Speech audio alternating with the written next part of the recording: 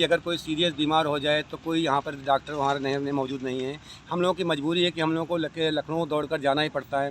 लंबा सफ़र है, जाते जाते हमारे भाई लोग, हमारे जानने वाले काफ़ी लोग ऐसे हैं जो बेचारे रास्ते में ख़त्म हो गए, कि जो इस समय आवारा पशु घूम रहे हैं, जिससे हमारे कहने का मतलब ये है कि हमारे किसान भाइयों को काफ़ी नुकसान हो रहा है। हमारे जिला अधिकारी महोदय ने ये आदेश पारित किया था कि किसान जानवरों को बांधने के लिए गांव ग्राम सभाओं में या न्याय पंचायत में बाड़े बनाए जाएं। तो सबसे पहले तो हम यही चाहेंगे कि यहाँ पर एक बड़ा सा हॉस्टल बनाया जाए, जिससे हमारे ज़िले की या अगल बगल के जो आपके और ज़िले हैं जहाँ पर इनकी समस्याओं को निदान कराया जा सके। नमस्कार, मैं समी अहमद सीतापुर से। आईपा यानी all India progressive politics association. AIPA एक ऐसा मंच है जहां पर हम बात करते हैं देश में प्रगतिशील राजनीति को बढ़ावा देने की, सामाजिक मुद्दों की, जन सरोकार से जुड़े हुए मुद्दों की, जो सामाजिक समस्याएं हैं उन सब की बात आईपा करता है। आईपा के मंच पे आज हमारे साथ में मौजूद हैं हाजी मोहम्मद रिजवान जी, जो एक जिला पंचायत सदस्य भी हैं मौजूदा। उनसे बात करते हैं। आपसे जानना चाहेंगे कि जो प्रगतिशील राजनीति है उसको लेकर आप क्या सोचते हैं?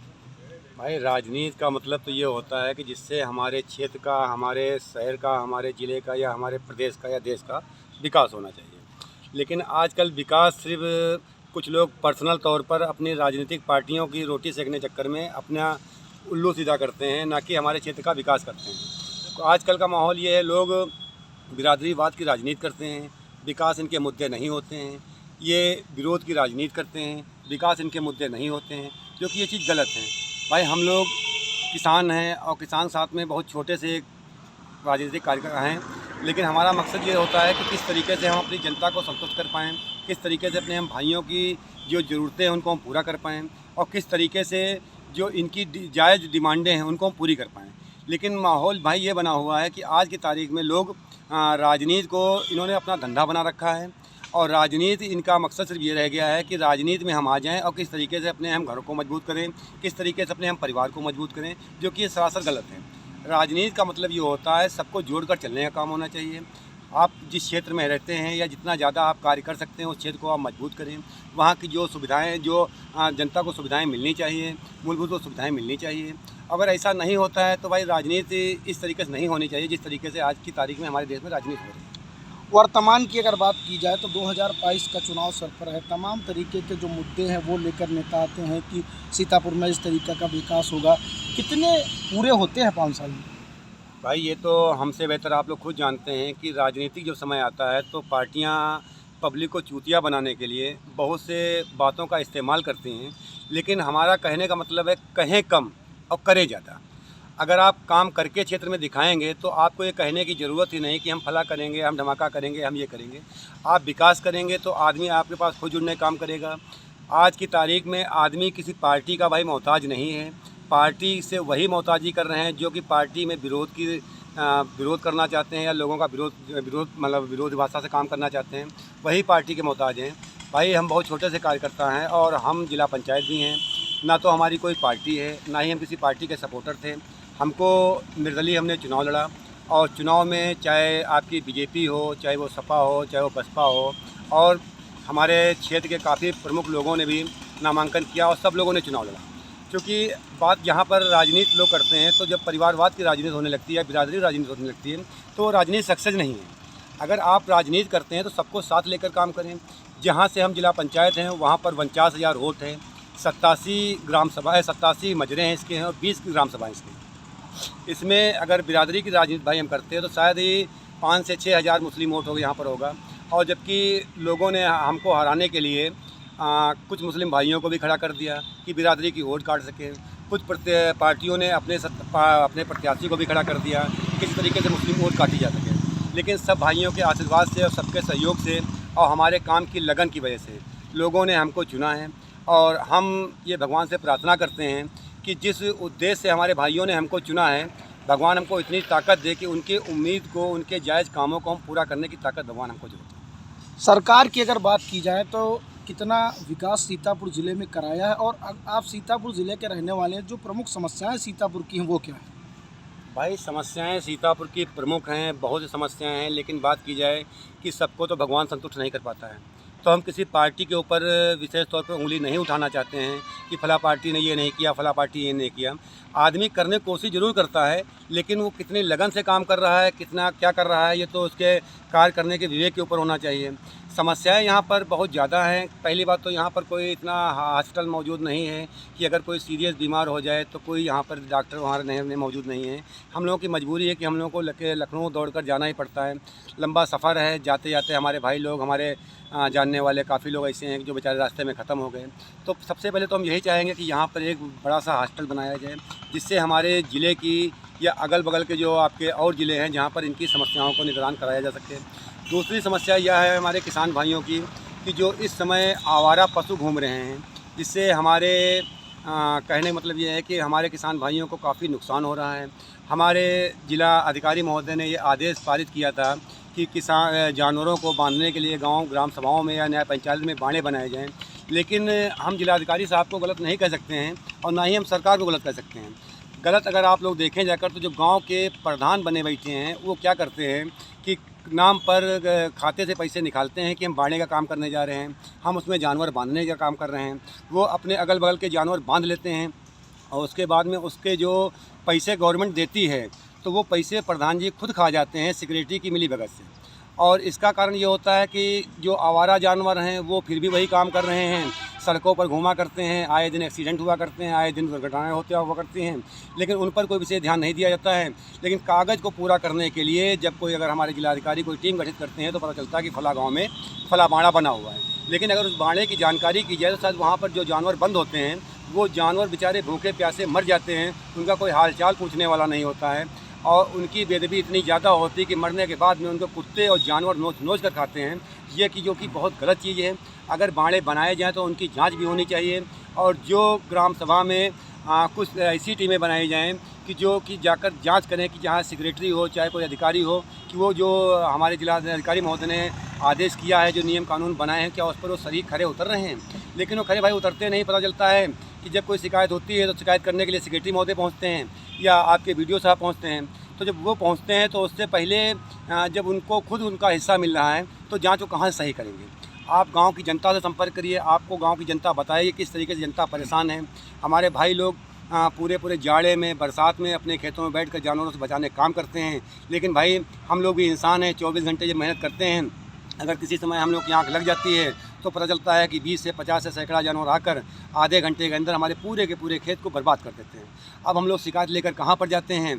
अगर उनकी शिकायत हम किसी अधिकारी से करते हैं और तो मौजूदा लेखपाल से जांच कराने के लिए कहा जाता है। लेखपाल महोदय अगर जांच देते हैं तो पहले उनको कुछ समझना चाहिए। अगर किसान नहीं समझ पाता है तो उससे शिकायतें नहीं की जाती हैं। कुछ तो लोग ऐसे भी हैं जो अपनी पर्सनल खुन्नस चक्कर में जानवरों को दूसरे खेत में छोड़ देते हैं कि ताकि इनका नुकसान हो सके। तो मेरे भाई हमारा कहने का मतलब सिर्फ इतना है कि जलिए ना। अगर आप चाहते हैं कि हम तरक्की करें तो मेहनत करना सीखिए। भगवान बहुत बड़ा है, वो भूखा उठाएगा ज़रूर, लेकिन भूखा किसी को सुलाता नहीं है। और दूसरी बात हम खाली यही कहना चाहते हैं कि बिरादरी की राजनीति ना करके हमको इंसान बनना चाहिए, क्योंकि जब हम इंसान बनेंगे तभी हम सबका सहयोग कर पाएंगे। क्योंकि रही बात राजनीति की, तो सबको तो भगवान संतुष्ट नहीं कर पा रहा है। तो जितनी भी पार्टियां हमारी हैं, हमको किसी से कोई शिकायत हम नहीं कह सकते कि कोई पार्टी ने सबको संतुष्ट क्यों नहीं किया, क्योंकि जब भगवान संतुष्ट नहीं कर पा रहा है तो पार्टियां कहाँ संतुष्ट कर पाएंगी। सबसे बड़ी समस्या क्षेत्र की यही हमारी चल रही है। आईपा के मन से आपसे अंतिम सवाल, युवाओं को क्या मैसेज देना चाहेंगे? हम युवाओं को यही मैसेज देना चाहते हैं कि हमारी सरकारें जो हम सबकी सुविधाओं के लिए नियम बना रही हैं, जो सुविधाएं दे रही हैं, आप सब पढ़े लिखे और कोशिश करें कि एक वक्त कम खाना खाएं, एक रोटी कम खाना खाएं, पढ़ाई पर विशेष ध्यान दें। अगर आप पढ़े लिखे होंगे तो आप हर जगह जाकर अपनी बात रख सकते हैं, हर अधिकारी के पास आप जा सकते हैं, क्योंकि हमारे संविधान में इतनी सुविधाएं दी गई हैं कि अगर कोई एक कर्मचारी नहीं सुन रहा है तो उसकी बात आप उसकी शिकायत ऊपर आप जा सकते हैं। अगर कोई दूसरा नहीं सुनता है तो आप तीसरी जगह जा सकते हैं।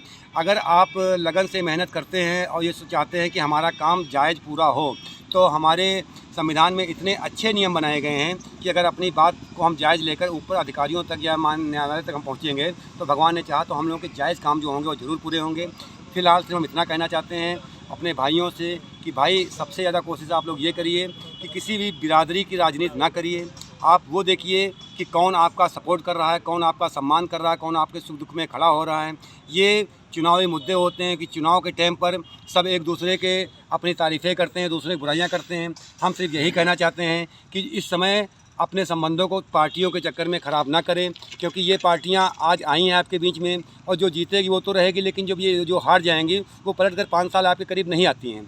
तो अपने संबंध आप क्यों ख़राब करते हैं? क्योंकि आपका पड़ोसी, आपका मित्र, आपका भाई, आपका नातेदार, आपका रिश्तेदार जो होता है वही आपके सुख दुख में आपके साथ खड़ा होगा।